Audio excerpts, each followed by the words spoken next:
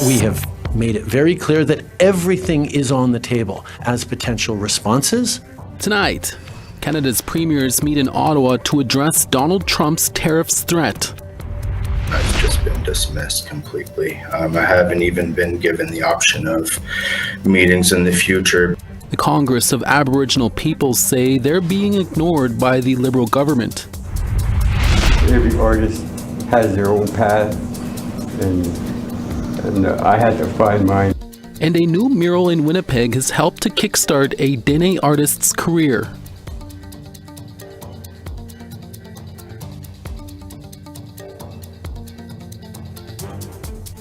Tanse, good evening. I'm Chris Nachkite. Thank you for joining us.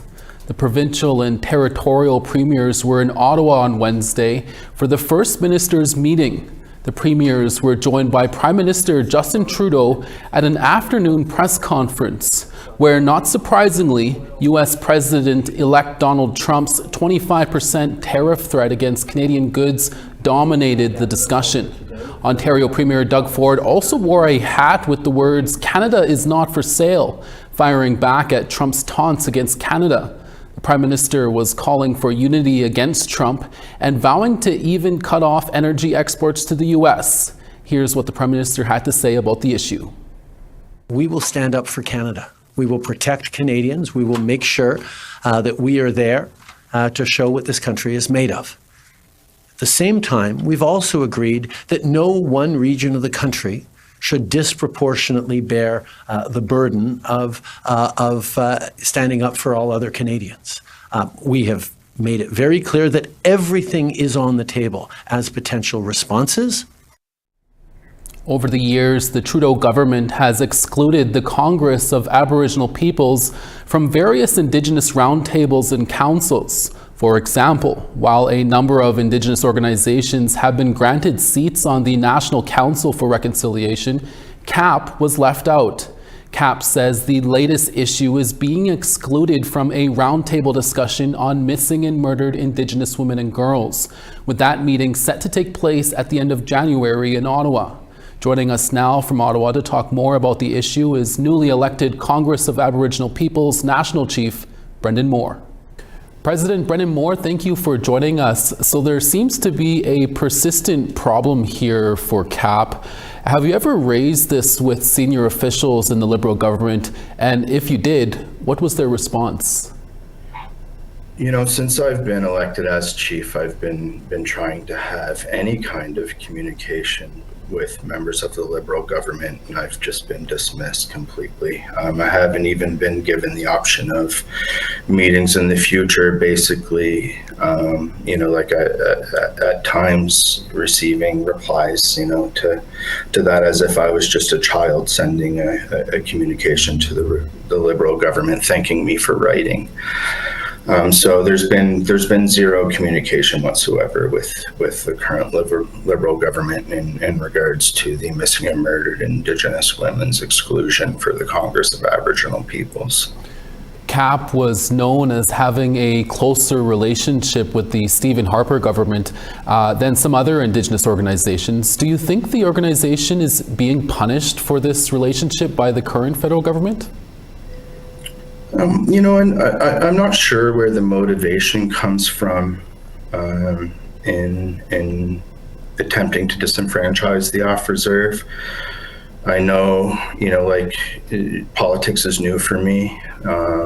Since I've been here the last year and a half, I was at a question period where it was the Conservative government that actually brought us up as an organization that is recognized as representing Indigenous peoples in Canada, and every other party besides a few of the Bloc Québécois sat on their hands after they recognized us. So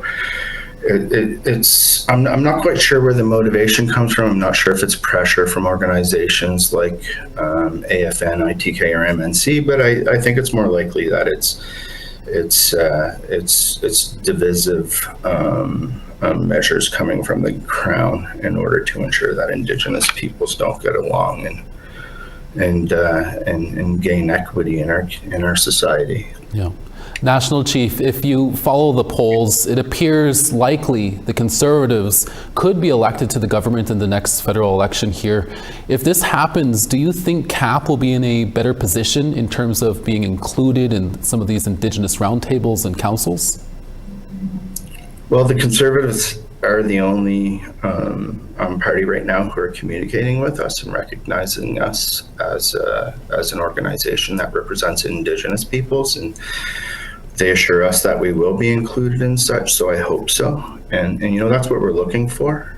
We're looking to be included equitably as all Indigenous peoples are in these tables.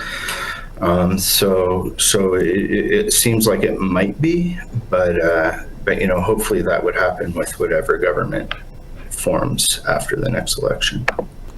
And looking at the federal government overall and the public, does there continue to be a problem in understanding who makes up CAP and what the organization does?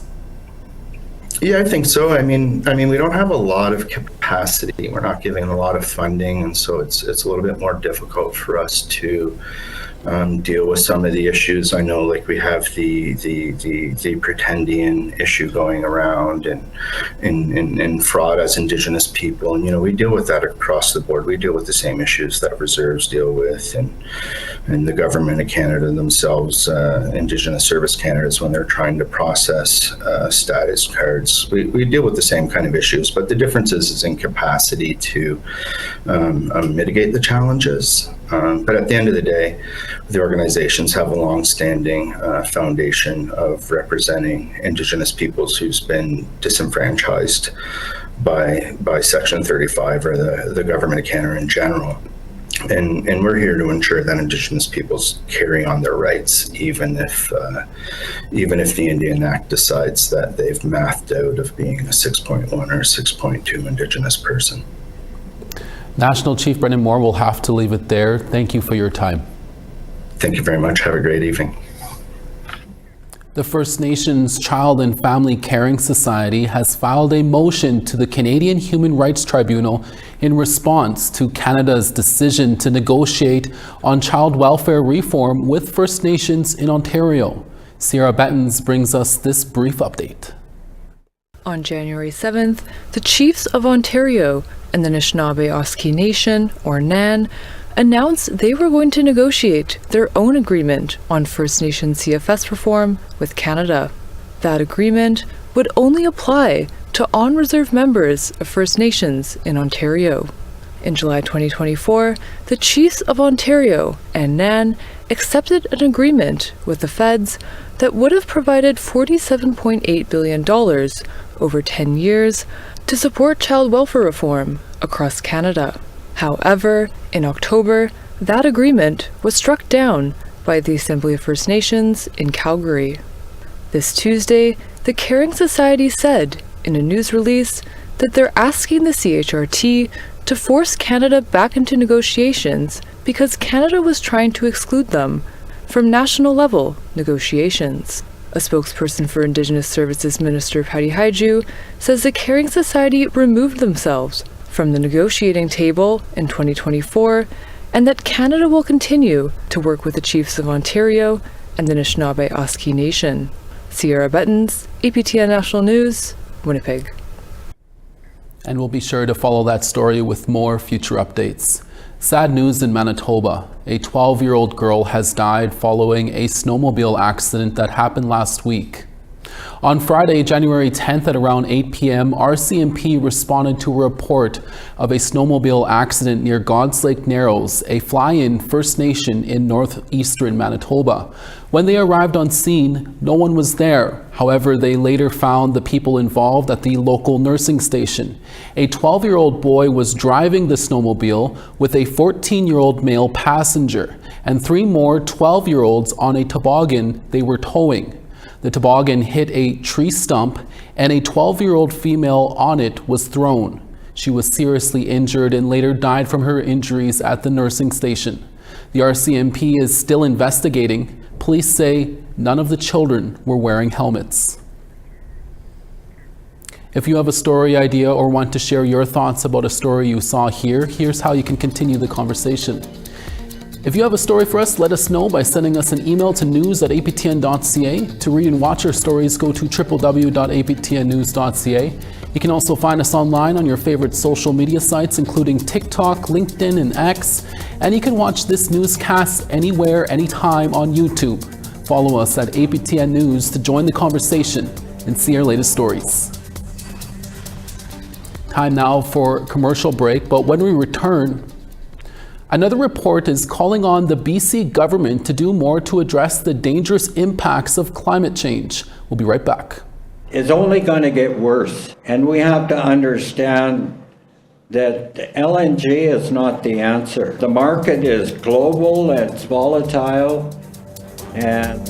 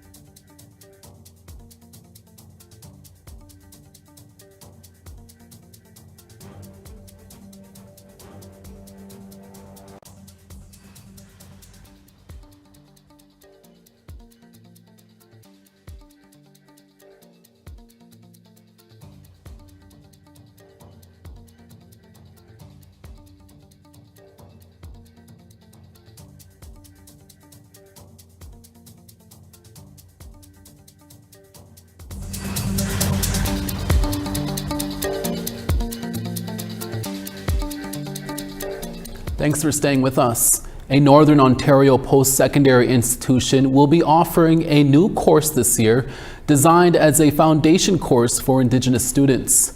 The course falls under the umbrella of Sault College's Indigenous Studies Department, which offers a variety of certificate and diploma programs.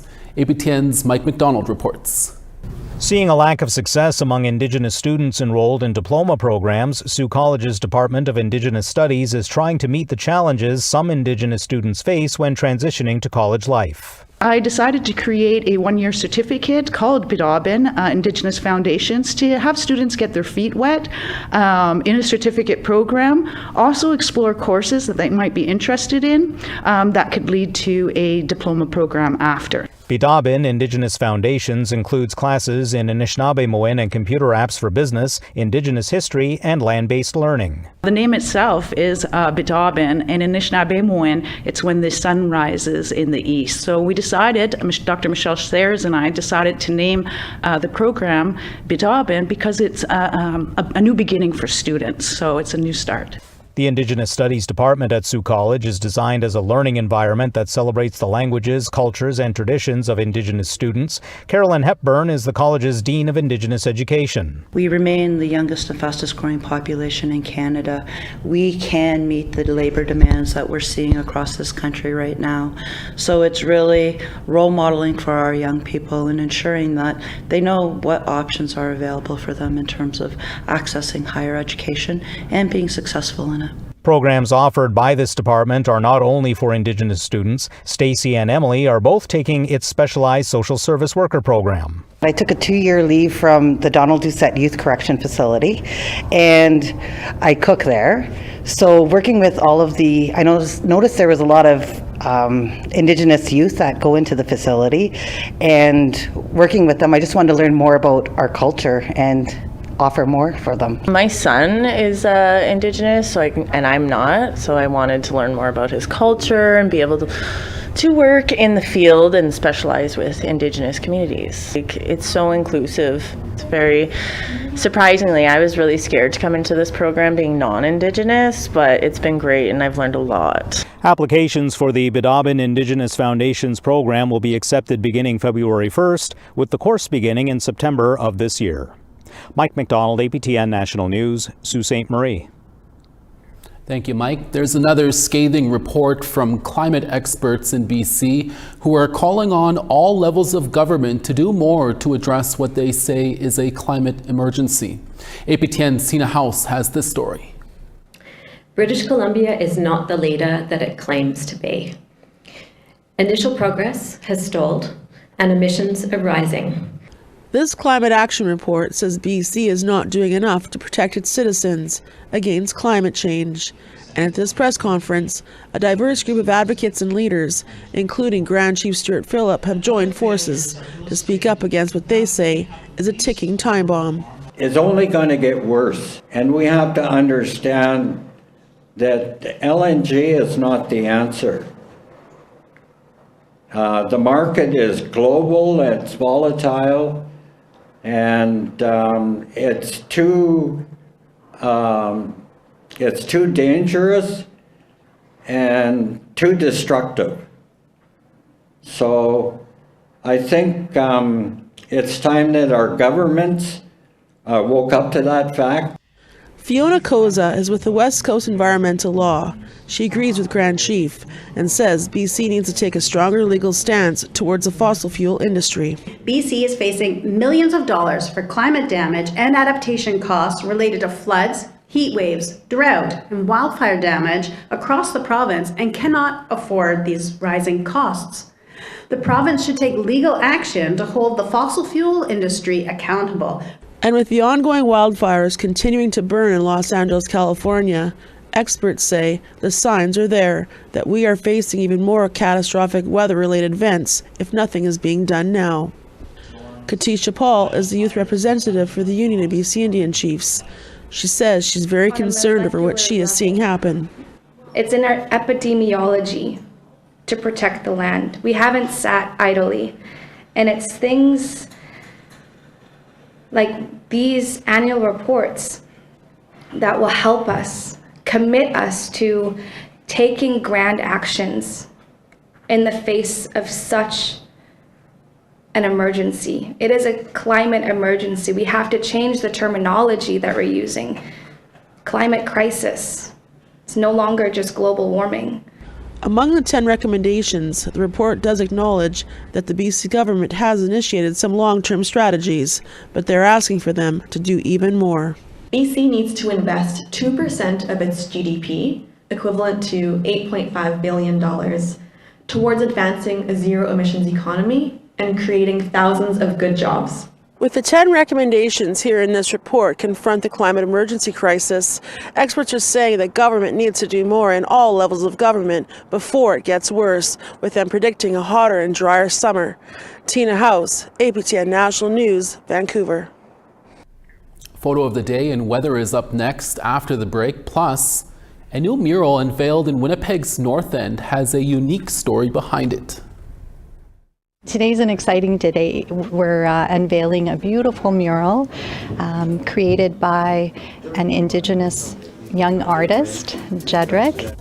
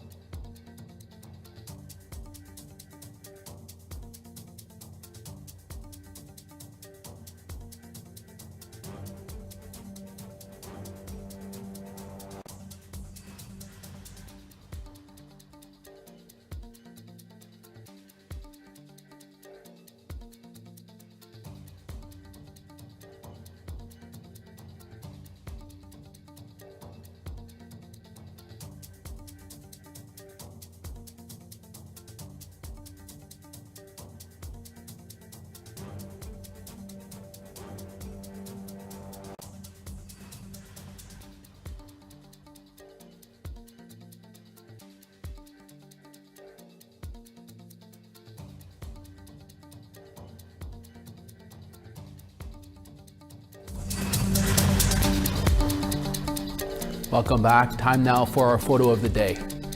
Today's submission comes from Debbie Bill in Onion Lake, Saskatchewan, who took this picture of their brother Dale and his family, who made a snow sculpture of a moose. A big hi and thank you to Debbie Bill for sharing that picture with us. We now want to know how you are spending your time this winter. Send us your pictures to share at aptn.ca to be featured as our next photo of the day. Now let's take a look or a gander at tomorrow's weather forecast. On the east, Charlottetown -3, Halifax -3. Cartwright -9, the Grand River -9. Quebec City -8, Gaspé -5. Ottawa -5, Sarnia -2. Thunder Bay -3, Wawa 0. Puckatawagan -23, The Paw -5. Gimli -3, Winnipeg -3. Saskatoon 2, Regina -1. Uranium City -23, La Ronge -4. -17 in Fort Chipewyan, Peace River 0. 6 in Calgary, Red Deer 1. Quesnel 3, Kamloops 1. Sand Spit 8, Smithers 4. Beaver Creek -20, Mayo -15. Norman Wells -21, Wrigley -26. Fort McPherson -28, Inuvik -21. Whale Cove -22, Arviat -18. And Iqaluit -14, Iqaluit -37, Burr.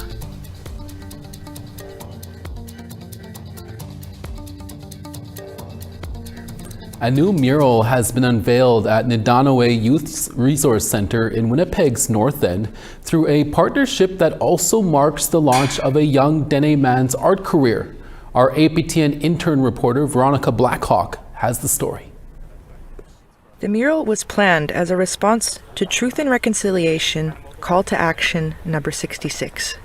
Today's an exciting day. We're unveiling a beautiful mural created by an Indigenous young artist, Jedrick, and it really is based on the 66th call to action regarding the need for federal funding, multi-year federal funding to support youth programs. The partnership, led by graffiti gallery Steve Wilson, worked with Nidinoe's executive director Shanley Scott to bring artist Jedrick Thorasi's vision to life. And he does do very beautiful paintings, but he also does really in-depth social commentary on some of the big issues that we're experiencing across Canada right now. So residential schools, unmarked graves, you know, a lot of the big topic issues. With Steve and Shanley's seal of approval, the artist was given full creative control.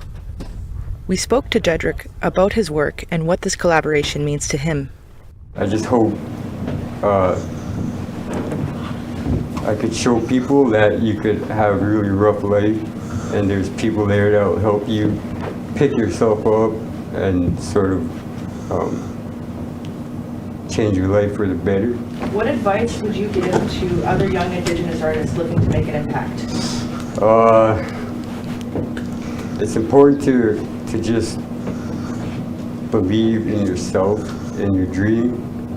I learned that there's no set path for every artist. Every artist has their own path, and I had to find mine. So Jedrick highlights the importance of community support, offering thanks to graffiti gallery Nidinoe and his daughter Leah.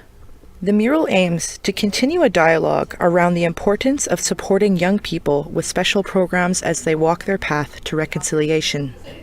Nidinoe's efforts include Tina's Safe Haven and Safe House, both 24/7 staffed locations for at-risk youth, while Graffiti Gallery offers programming like the Art is Action Project, building partnerships with local artists like Jedrick to address the 94 calls to action through strategized mural placements. That's the big part of it, and when someone like Jedrick can combine his artistic skill and ability and social commentary with an organization like Nidinoe, well, beautiful things can really happen as you see outside. But the conversation shouldn't end here. I do believe young artists need support. I actually have a lot of trouble getting support. I did find support, but I had trouble finding it.